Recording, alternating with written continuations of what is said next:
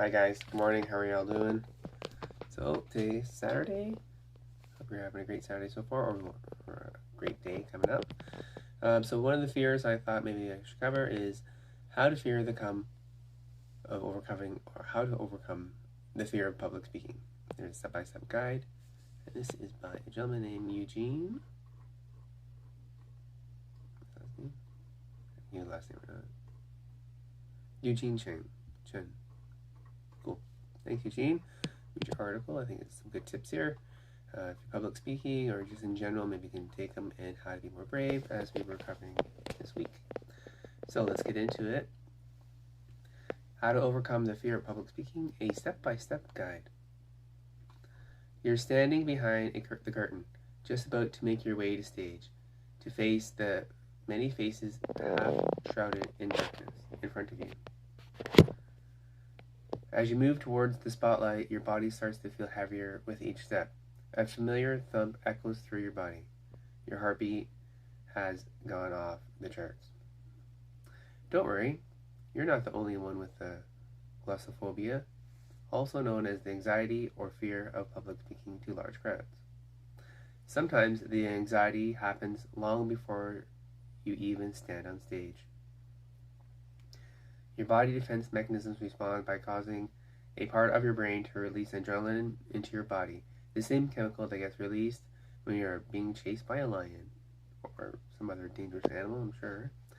Here's a step-by-step guide to help you overcome the fear of public speaking. You ready? 1. Prepare yourself mentally and physically. According to experts, we are built to display anxiety and to recognize it in others. If your body and mind are anxious, your audience will notice. Hence, it's important to prepare yourself before the big show so that you arrive on stage confidently, collected, and ready. This is a quote from Bob Proctor. Your outside world is a reflection of your inside world. What goes on the inside shows on the outside. Cool. Exercising little before a presentation helps get your blood circulating and send more oxygen to the brain. Mental exercises, on the other hand, can help calm the mind and nerves. Here are some useful ways to calm your racing heart when you start to feel butterflies in your stomach. Warming up.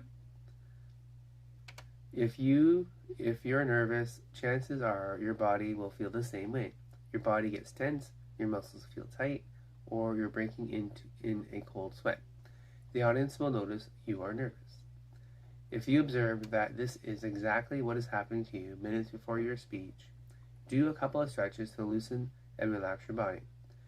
If it's better to warm up before every speech, as it helps to increase the function potentiality of the body as a whole. Not only that, it increases muscle efficiency, improves reaction time and movements. Here are some exercises to loosen up your body before showtime. If you guys want to read this on your own, you can check the email out at 8 a.m. in your inbox, or check your spam or promotions tab for Google. We'd love to see you guys there, and then try to add me as a contact so it doesn't go there. Alright, thanks guys. So what are the exercises? 1. Neck and shoulder rolls. This helps relieve upper body muscle tension and pressure as the rolls focus on rotating the head and shoulders, loosening the muscle. Stress and anxiety can make us rigid within this area, which can make you feel agitated, especially when standing. Arm stretches. We often use this part of our muscles during a speech or presentation. Through our hand gestures and movements, stretching these muscles can reduce arm fatigue. Loosen up your body language range. Waist twist. Place your hands on your hips and rotate your waist in a circular motion. This exercise focuses on loosening the abdomen and lower back regions, which is essential as it can cause discomfort and pain, further amplifying any anxieties that you have experienced. Next one, stay hydrated. Ever felt parched seconds before speaking and then coming up on stage raspy and scratchy in front of the audience? This happens because the adrenaline from the stage fright causes your mouth to feel dried out. To prevent all that, it's essential we stay hydrated before the speech. A sip of water will do the trick. However, do drink in moderation so that you don't need to go to the bathroom consistently. Yeah, don't drink a whole glass of water and think, halfway through my speech, I gotta go pee. Yeah, okay. Try to avoid sugary beverages and caffeine since it's a diuretic, meaning you'll feel thirstier. It will also amplify your anxiety, which prevents you from speaking smoothly. It's true. Coffee will definitely make you feel more like, ah. Okay, next one, meditate. Meditation is well known as a powerful tool to calm the mind. ABC's Dan Harris, co-anchor of Nightline and Good Morning America Weekend, and author of the book titled 10% Happier, recommends that meditation can help individuals to feel significantly calmer faster. Meditation is like a workout for your mind. It gives you the strength and focus to filter out the negative distractions with words and encouragement, confidence, and strength. Mindfulness meditation, in particular, is a popular method to calm yourself before going on the big stage. The practice involves sitting comfortably, focusing on your breathing, and then bring your mind's attention to the present without drifting into concerns about the past or future, which likely includes floundering on stage. Here's an example guide. Oh, okay. Guided meditation. There's also an example there, but I'm not going to talk about that. 2. Focus on your goal. One thing people with a fear of public speaking have in common is they focus too much on themselves and the possibility of failure.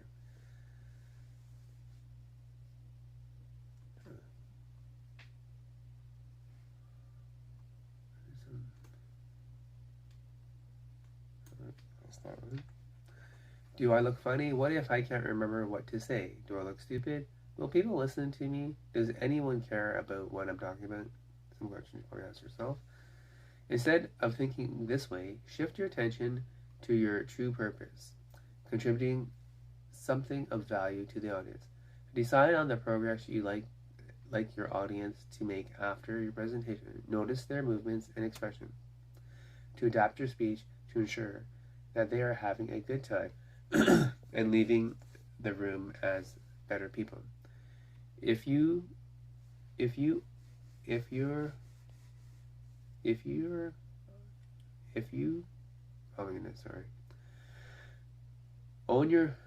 own your focus, it isn't beneficial, and what it should be when you're speaking, then shift it to what does. This is also key to establishing trust during your presentation, as the audience can see clearly that you have interest at heart. Number 3, convert negativity to positivity. There are two sides consistently battling inside of us. One is filled with strength and courage, while the other is doubt and insecurity. Which one will you feed? What if I messed up this speech? Questions. What if I'm not funny enough? What if I forget what to say? It's no wonder why many of us are uncomfortable giving a presentation. All we do is bring ourselves down before we get a chance to prove ourselves. This is also known as a self-fulfilling prophecy, a belief that comes true because we are acting as if it already is. If you think you're incompetent, then it will eventually become true. So think the opposite. Motivational coaches tout the positive mantras and affirmations lead to boost your confidence for moments that matter most. Say to yourself, I'll ace this speech and I can do it. You can do it. That's right. The advantage of adrenaline rush to encourage positive outcome rather than thinking of the negative is what ifs. There's another link there. 4. Understand your content. Know your content at your fingertips reduces the anxiety, because this is one less thing to worry about. One way we get there is to practice numerous times before your actual speech. You practice your speech. However, memorizing your script word for word is not encouraged. You can end up freezing should you forget something. You should also risk sounding unnatural and less approachable. Okay, this is from Bob Proctor quote. No amount of reading or memorizing will make you successful in life. It is the understanding and the application of wise thought that counts. Cool. So that's probably why some people have their speeches similar, but sometimes a little bit different each time. Excellent. Okay, carry on here. Many people unconsciously make the mistake of reading from their slides or memorizing their script word for word without understanding the content. A definite way to stress themselves out.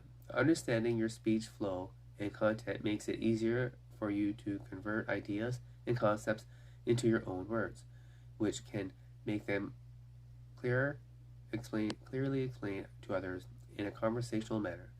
Design your slides to include text prompts is also an easy hack to ensure to get quickly recall your flow when your mind goes blank.